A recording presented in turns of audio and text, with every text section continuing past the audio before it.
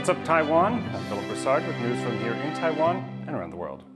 President Ching-te is on a much-anticipated visit to several of the country's Pacific allies. Rick Lauert is in the press corps accompanying Lai's delegation and brings us this report from Taoyuan Airport. We're here at Taiwan's largest international airport, from where Taiwan's President Ching-te will make his first official trip abroad since he took office in May.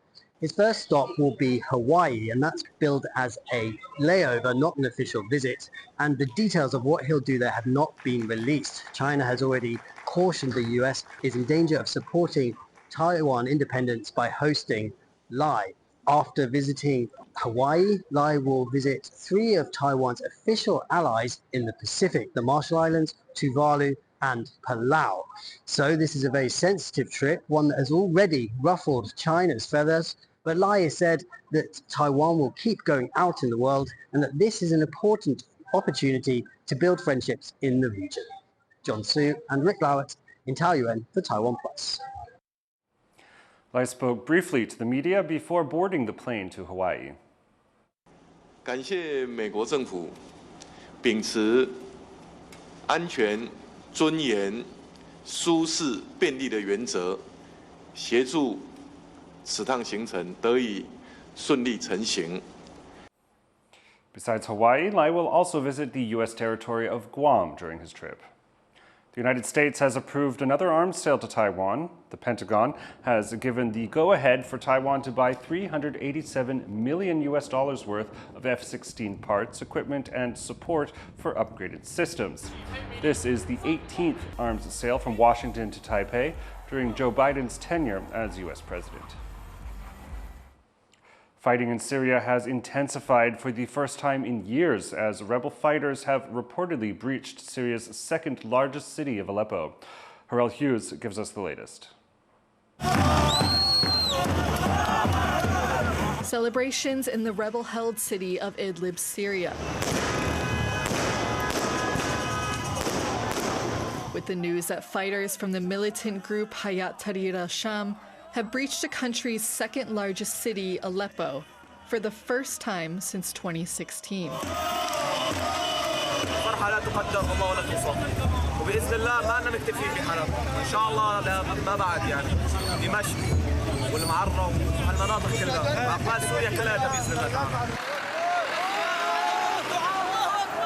The reported advancement into Aleppo follows a shock offensive from the rebel fighters, spreading through towns and villages in Syria's northwestern region, setting off fierce clashes with government forces, the worst in recent years. Fighters said the offensive will allow thousands of displaced people to return home after weeks of government bombardments. لقد تم تحرير هذه المناطق التي نحن الآن في صددها، ميزاناز، جدرايا، كفر حلب، الشيخ علي، المناطق المجاورة التي كانت تتمركز فيها ميليشيا إيران وميليشيا أسد التي كانت تقصف المدنيين. والآن الحمد لله بعد دحرهم عن هذه المناطق إن شاء الله ستعود المدنيين إلى قراهم سالمين غانمين بإذن الله عز وجل. Syria has been embroiled in civil war since 2011. When President Bashar al-Assad cracked down on pro-democracy protests, killing and torturing thousands of people, creating the largest humanitarian and refugee crisis in recent times. As the rebellion grew, Assad turned to Russia and Iran for support. But both of these countries are now involved in other conflicts, creating an opportunity for rebel groups to regain lost territory. But there hasn't been fighting of this scale for many years. And reason it's also important is that the Syrian government's forces have been extremely weak and have rapidly retreated. Meanwhile, civilian rescuers were searching through rubble for survivors after Russian and Syrian government warplanes reportedly bombed rebel-held areas, trying to push back the insurgent offensive. The United Nations says the fighting has killed at least 27 civilians, including 8 children. And with more fighting expected over the coming days, the death toll is expected to rise. Delphine Chen and Harel Hughes for TaiwanPlus. At least 3 people are dead and over 120,000 have been evacuated in Malaysia after heavy rains and flooding. Videos posted on social media show submerged homes, cars, and overflowing rivers in the country's northern regions. Flooding is common during Malaysia's annual monsoon season, but officials have warned this year could bring the country's worst in a decade. Several regions in southern Thailand have also been impacted, with at least 9 dead and thousands of households affected. The UN has until Sunday to finish talks on global plastic waste rules, but for many people in developing countries, like the Philippines, ditching plastic isn't a viable option. John Van Trieste has this report. From the moment she wakes up, Manila resident Gemma Garalaga is surrounded by plastic packets. Like many in the Philippines, she and her family rely on these small, affordable packs for most of their daily needs. In her case, even her income depends on them, as they're a mainstay in the store she's run here for 10 years. Sa pagising sa umaga, andyan na yung magtututbrush ka, sachet ang gamit, magkakape. Yung anak ko magmamaylong, magagata, sachet pa rin ang gamit. These packs are a lifeline in a country where many earn barely more than $10 a day. But the plastic waste quickly adds up, even just in one household. Heto po yung mga nagamit na namin ngayong araw na to. Magsimula sa shampoo, kape, mga sachet na mga condiments, mga sachet na fudge bar, tinapay, sesto. Yan ang mga usually araw-araw namin ginagamit. At the national level, this makes for an ecological catastrophe. In 2019, the environmental group Global Alliance for Incinerator Alternatives found the Philippines goes through 163 million a day. Much of this waste piles up into mountains, and much of the rest also clogs the country's waterways and is washed out to sea. The University of Oxford's Our World in Data project found in 2022 that more than 1/3 of the world's plastic waste in the ocean comes from the Philippines, making it the world's top polluter in this category. This might soon change. Though the Philippines doesn't currently regulate packaging, the UN is working out global rules on plastic waste. The deadline for talks on a worldwide treaty is Sunday. But in households across the Philippines, like the one Gemma Garalaga manages, new rules would lead to a tough situation. Oo nga po't masama ang plastic sa ating environment, pero ito ay nagdudulot ng mga pagbaha, pollution. Ano naman po ang choice ng mga maliliit na mamamayan? Kasi yun lang po ang kaya nilang ibilin, yung mga maliliit na sachet. For many in the Philippines, ditching plastic may be a privilege. And if global rules limiting plastic do take effect, people like Gemma Garalaga will be among those facing the biggest consequences. Leon Lian and John Van Trieste for TaiwanPlus. An unseasonal deluge in Morocco is reviving a desert town after years of drought, bringing back plants and life and encouraging tourists to the area.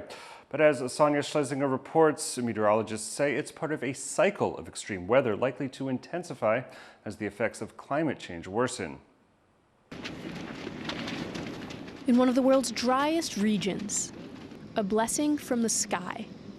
That's what tourists and locals here are calling the once-in-a-generation rainfall in Merzouga, a small village on the edge of the Sahara Desert in Morocco. J'avais les yeux comme un gosse qui ouvre ses cadeaux de Noël parce que j'ai retrouvé des décors que j'avais vus il y a 30 ans, il y a 20 ans, il y a 15 ans encore. Et quand ils voient cela, les gens ils sont ébahis, ils sont là, mais c'est quoi? Mais c'est pas possible. Ben si, ça existait. Mais non, si, ça existait.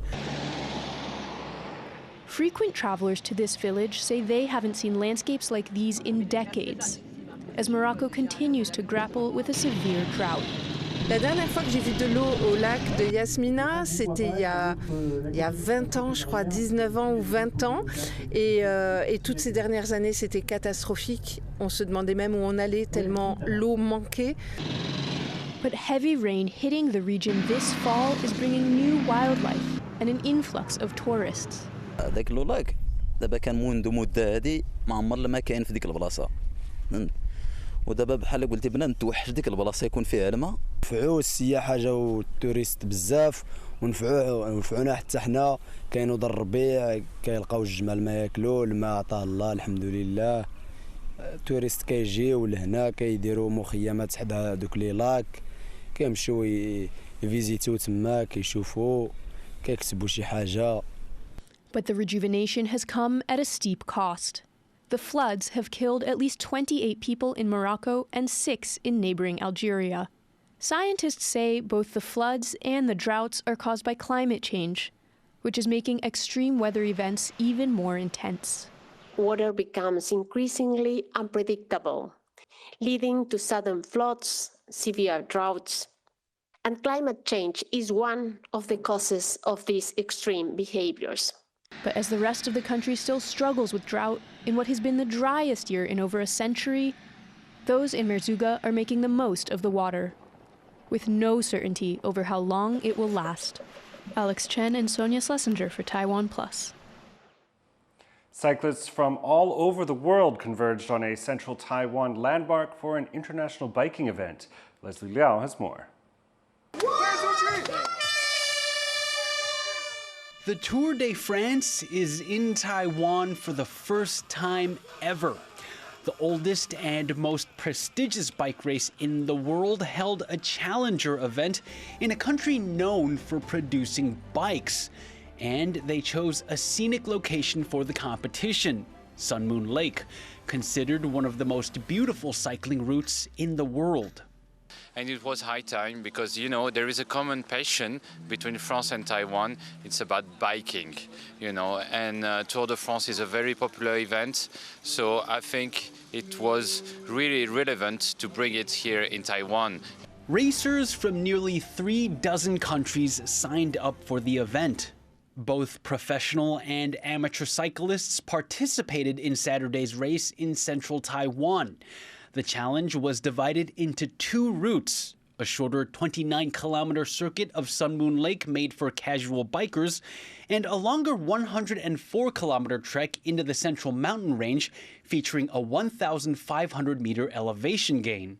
Both routes have been certified by the Tour de France, which means that the pro cyclists participating in Saturday's race were here for much more than just a scenic ride.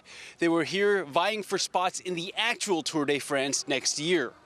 2 of the world's top cyclists, Mark Cavendish and Chris Froome, rode in the event. For Cavendish, it was his first time in Taiwan. It was beautiful. It's hilly.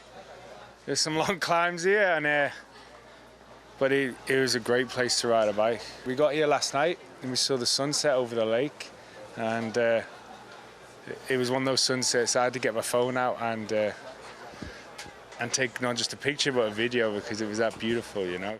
Meanwhile, this is Froome's second time in Taiwan, but his first time biking around Sun Moon Lake. I didn't really know what to expect, but I just had no idea it was that beautiful, to be honest. The scenery, the topography, the roads. I mean, it was great. It was such an enjoyable route this morning. This is the first time Taiwan is hosting a Tour de France event, but officials are hoping it will be the first of many. Regardless, Taiwan's first Tour de France Taiwan Challenge seems to have won the hearts of 2 cycling titans and many more. Andy Xue and Leslie Liao for TaiwanPlus. Thanks for joining us on What's Up Taiwan. Check out the TaiwanPlus website or follow our social media for more of our stories. Now, before we go, Taiwan is feeling the first frosty fingers of the winter season. Check out this wintry scene from Wuling Farm high up on the Central Mountain Range. I'm Philip Brossard. Take care. We'll see you next time.